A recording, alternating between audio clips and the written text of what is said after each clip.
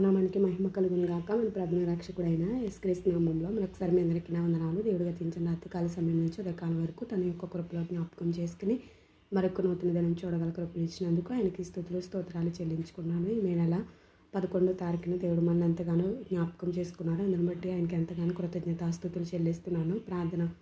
మమ్మల్ని మిక్కిలిగా ప్రేమించిన మా ప్రియ పరలోకపు తండ్రి, మీ ఘనమైన ఉన్నతమైన మహిమ గల నామమునకు స్తుతి స్తోత్రాలు చెల్లించుకుంటున్నాం ప్రభా. భూమి ఆకాశం సృజించిన గొప్ప దేవానికి వందనాలు.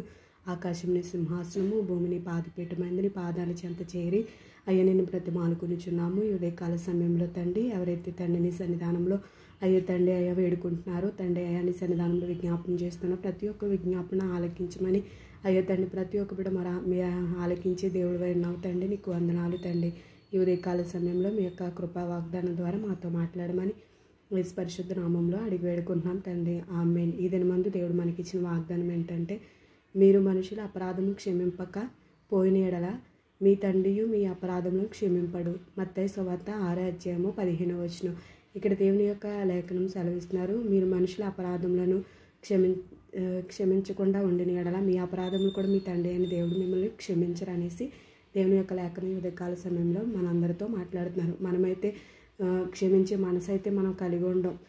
నేను ఏమాత్రం క్షమించను, ఈ జనంలో క్షమించను, లేకపోతే ఎప్పటికీ క్షమించను అని మనస్తత్వం మనం కలిగి ఉంటాం. కానీ క్షమించమని మన తండ్రి తెలియజేస్తున్నారు. క్షమించకపోతే నా అపరాధములు కూడా క్షమించబడవు, నేను కూడా అనేకమైన పొరపాట్లు చేస్తూ ఉంటాను, అవి క్షమింపబడవు అనేసి యొక్క ఆలోచన అనేది మనలోనికి రాకుండా నేను ఎప్పటికీ క్షమించను అనే మనస్తత్వం మనలో చాలామంది కలిగి ఉంటారు. కాబట్టి ఎప్పటికీ క్షమించే మనసు నీకు లేకపోతే ఈ తండ్రి కూడా ఎప్పటికీ నిన్ను క్షమించరు. కాబట్టి మనుషుల అపరాధములు మమ్మల్ని ఒకరికొకరు క్షమించుకోవాలనేసి దేవుని యొక్క లేఖనం సెలవిస్తున్నారు. కాబట్టి మనం ఎప్పుడైతే క్షమించే మనసు కలిగి ఉంటామో తండ్రి కూడా మన ఎడల అట్టి మనసు కలిగి మనల్ని కూడా క్షమిస్తారు. కాబట్టి ఒకరి ఎడల ఒకరు ప్రేమ కలిగి ఉండమని, మిక్కటమైన ప్రేమ కలిగి ఉండమని, ఒకరి ఎడల ఒకరు క్షమాగుణము కలిగి ఉండమనేసి మన తండ్రి మనకి తెలియజేస్తున్నారు. అట్టి మనసు ప్రతి ఒక్క బిడ్డ కలిగి ఉండాలని, ప్రతి ఒక్క బిడ్డ క్షమాపణ అనేది కోరుకుంటూ ఉంటారు. అనేక పొరపాట్లు జరుగుతూ ఉంటాయి. క్షమించే మనసు మనం అందరం కలిగి ఉండాలని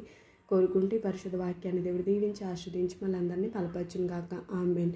మహాగండు మహోన్నతుడు మా ప్రియ పరలోకపు తండ్రి, మీ ఉన్నతమైన మహిమగల తండ్రి శ్రేష్టమైన నామానికి అయ్యో తండ్రి నీకే స్తోత్రాలు చెల్లించుకుంటున్నాం. ఉదయకాల సమయంలో విడిచిన వాగ్దాన్ని బట్టి మీకు వందనాలు. అవును ప్రభా, మీరు మనుషుల అపరాధము క్షమింపక పోయిన ఎడల మీ తండ్రియు మీ అపరాధము క్షమింపడు అనేసి సెలవిస్తున్నారు ప్రభా. మీ మనుషుల అపరాధము క్షమించకపోతే మీరు కూడా మమ్మల్ని క్షమించరు ప్రభా.